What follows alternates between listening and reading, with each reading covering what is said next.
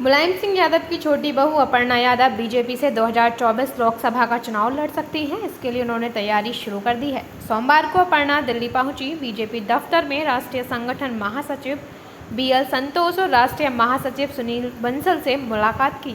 दोनों नेताओं से अलग अलग बंद कमरे में बात हुई। बीएल संतोष से 25 मिनट तो सुनील बंसल से 15 मिनट तक चुनाव को लेकर चर्चा हुई। 40 मिनट बाद बीजेपी दफ्तर से बाहर निकली अपर्णा काफ़ी खुश दिखी। इस दौरान उन्होंने कहा कि वह चुनाव तो लड़ेंगी, लेकिन अपने परिवार के किसी भी सदस्य के खिलाफ चुनावी मैदान में नहीं उतरेंगी। 2024 के लोकसभा चुनाव को देखते हुए अपर्णा यादव का यह दिल्ली दौरा काफ़ी अहम माना जा रहा है। मुलायम के बाद राजनीतिक गलियारों में अटकलें लगने लगी हैं कि बीजेपी इस बार अपर्णा को यूपी से लोकसभा चुनाव का टिकट भी दे सकती है। इसी सिलसिले में उन्होंने बीजेपी केंद्रीय नेतृत्व से मुलाकात की है। अपर्णा यादव 2022 में हुए यूपी विधानसभा चुनाव से पहले भाजपा में शामिल हो गई थी। उन्हें दिल्ली के पार्टी मुख्यालय में उप मुख्यमंत्री केशव प्रसाद मौर्य और तत्कालीन प्रदेश अध्यक्ष स्वतंत्र देव सिंह ने पार्टी की सदस्यता दिलाई थी। चर्चा थी कि अपर्णा लखनऊ कैंट से टिकट नहीं मिलने से अखिलेश से नाराज थी।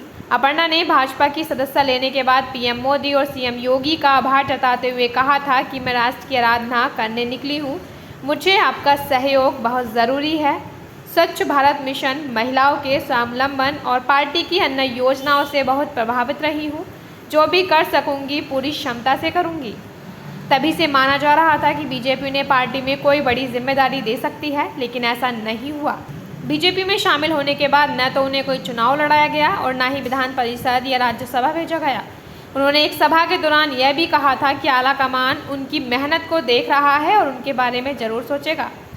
गौरतलब है कि अपर्णा यादव मुलायम सिंह यादव की छोटी बहू हैं। बीते साल 10 अक्टूबर को मुलायम सिंह यादव का निधन हो गया था। हालांकि निधन के बाद प्रतीक यादव ने कहा था कि नेताजी की राजनीतिक विरासत को अखिलेश यादव ही संभालेंगे। वहीं दूसरी ओर अपर्णा यादव समाजवादी पार्टी से अलग बीजेपी में लगातार एक्टिव है, लेकिन परिवार के खिलाफ वो बोलने से बचती रही हैं।